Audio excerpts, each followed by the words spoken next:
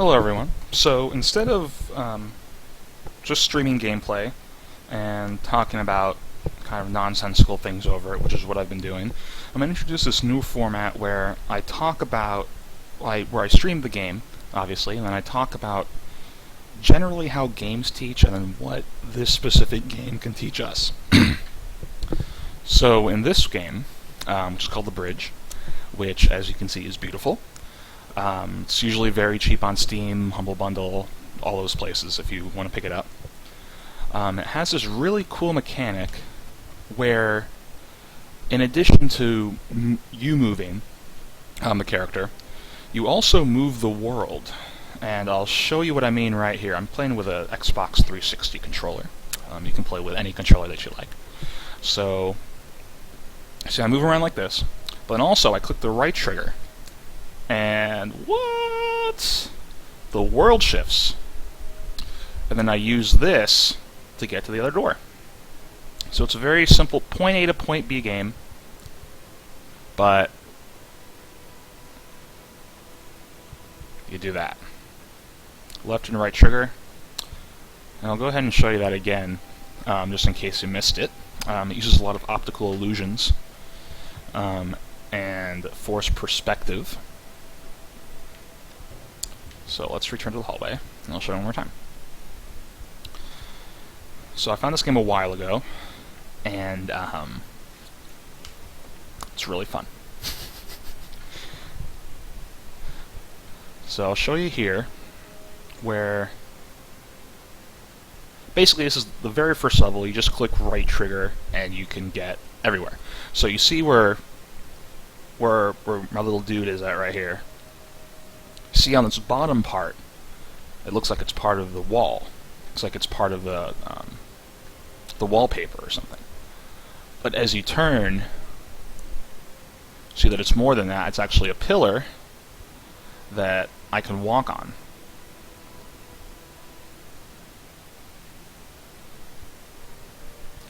So these first few levels are quite simple, but as we get further into the game, the topic for today will become a lot more important, which is learning from failure, because you will fail in this game, and it shall be glorious. So this one, again, I just click right trigger, and this one you have a key where you have to touch the key so it goes into the hole, but see, that goes down. Then you go pick up the key, continue to rotate the world so that the book goes back down to the bottom. You can go through the door. Alright, that's quite simple. It's all well and good. Let's move on to some further levels. Let's get to the end of this. Go to the end of this chapter. We can begin to see what I mean by learning from failure. Let's go to number 5 here.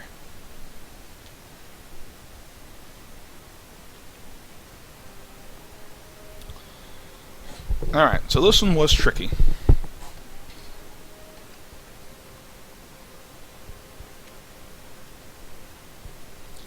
So I need to get both keys, because as you can see on the door here, door's locked, I need 2 keys.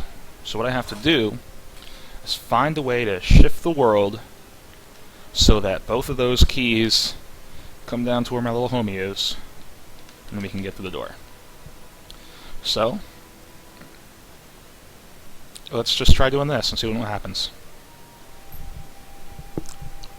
Experimentation is a big part of this game. Figuring out what works. We can see the key on the bottom. Looks like it might start to do something here. Yeah, there we go. So I can get that one to come down. I should be able to pick that one up now. And we're halfway to our goal. Boom. So this next one might be a bit more difficult.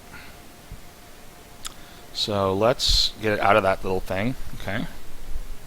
Now it comes around. And around it goes. And uh-oh, it's going too fast. Uh-oh, what are we going to do? Oh, we can click the B button. I have to call out the note button. It goes all the way back.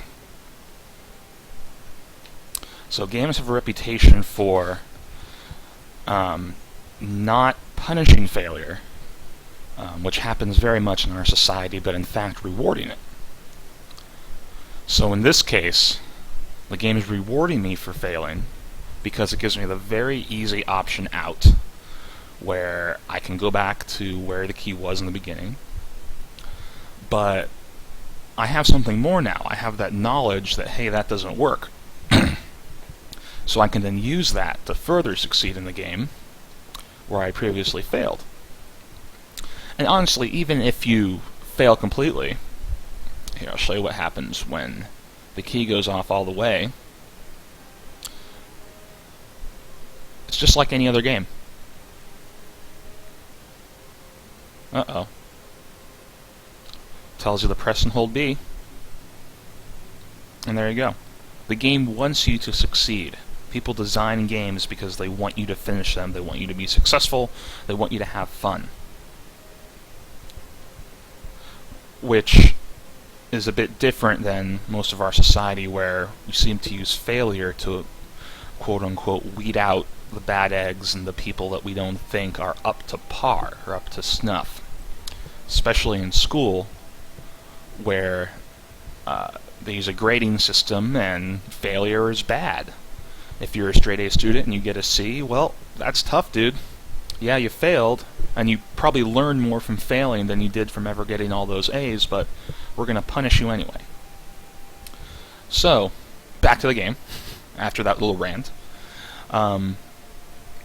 So we want to get this key to where the previous key was, because where the previous key was had a very simple step to getting to where I am.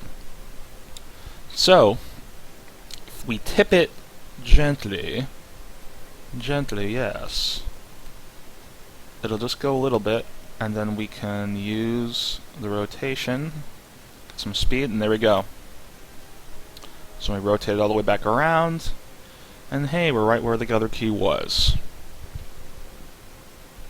So let's bring that back around.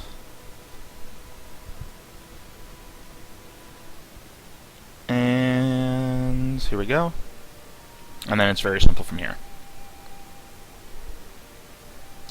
Now the first time I played that level, I probably failed about 10 or 15 times before I figured out what to do.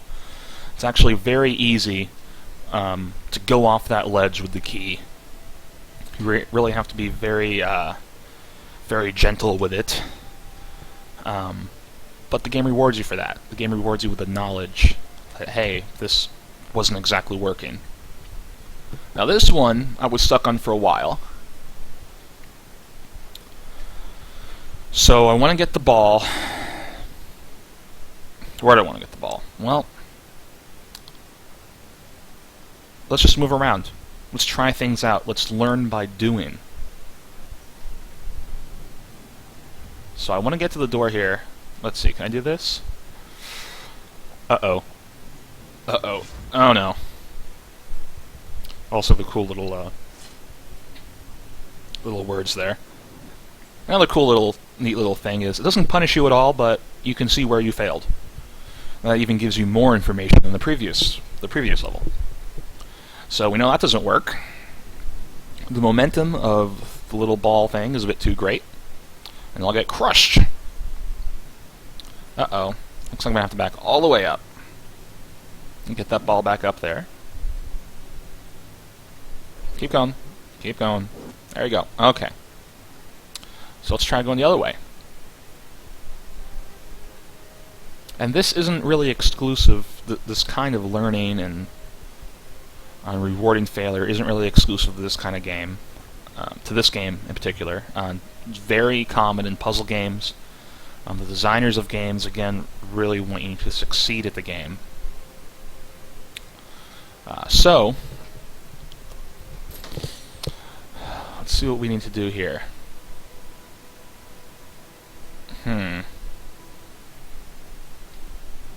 Oh, that doesn't seem right.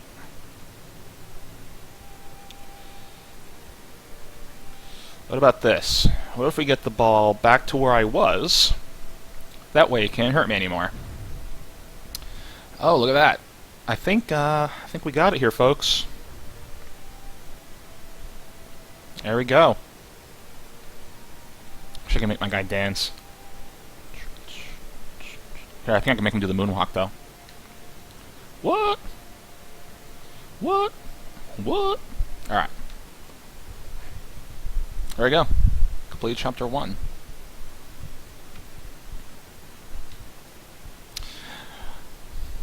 Hello, bust of me. You're looking fabulous today. Esoteric mathematics. Well, I do get that a lot.